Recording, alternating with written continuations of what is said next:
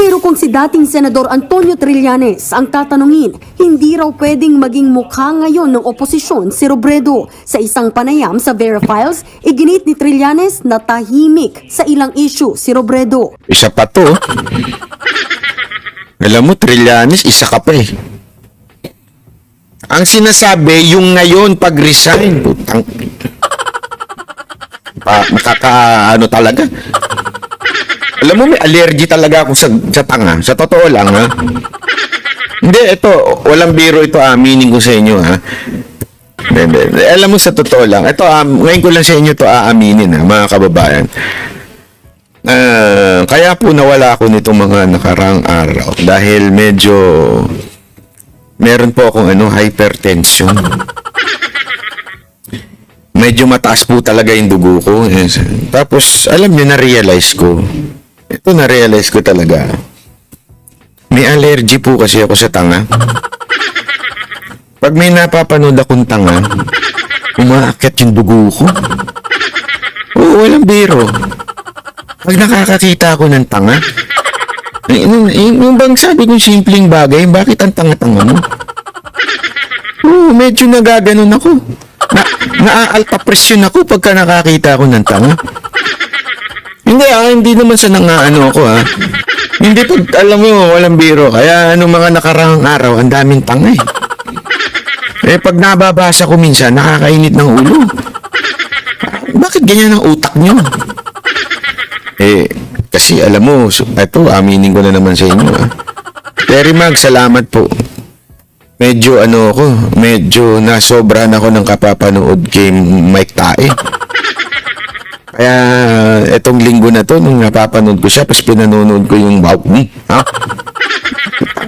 sabi ko, broadcaster ganito katanga. Kaya tuloy na hypertension ako. Medyo umakyat yung dugo ko this week.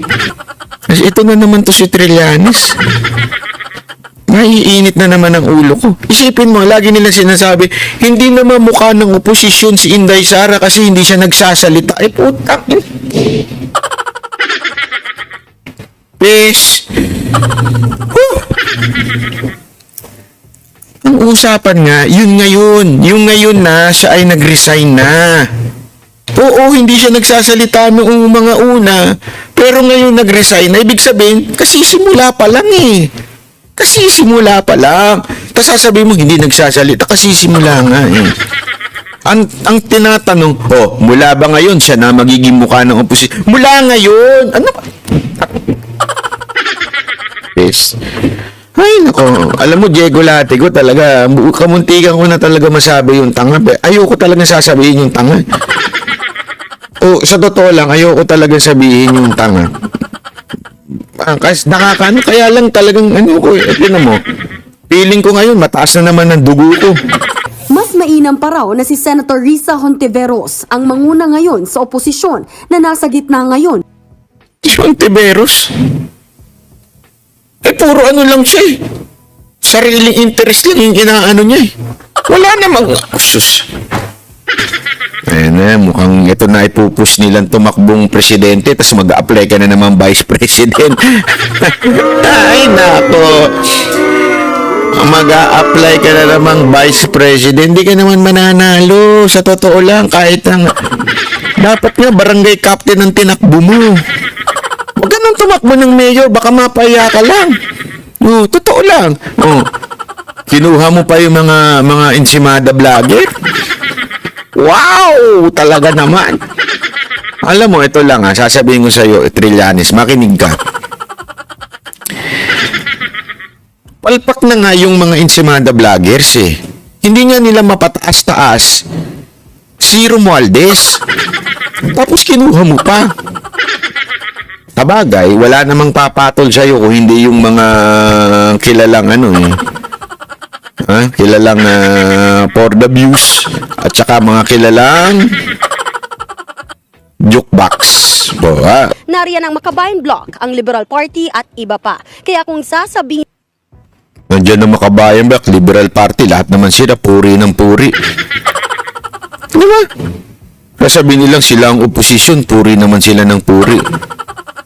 Ganun. Sabi ko, ano ba definition yun ng oposisyon? Dali nga, magkaanuhan muna tayo, magkasundo muna tayo. Ano ba definition yun ng oposisyon? Yung mukha lang kayong kontrabida, ganun? Mukha lang kayong kanto boy, mga tambay sa palengke. Hindi yun ang ibig sabihin ng oposisyon, ha? Ang oposisyon, yung nag-uupo sa polisiya ng gobyerno. Sino sa inyong nag-uupo sa ginagawa ng kapalpakan ng gobyerno to dito sa West Philippine Sea?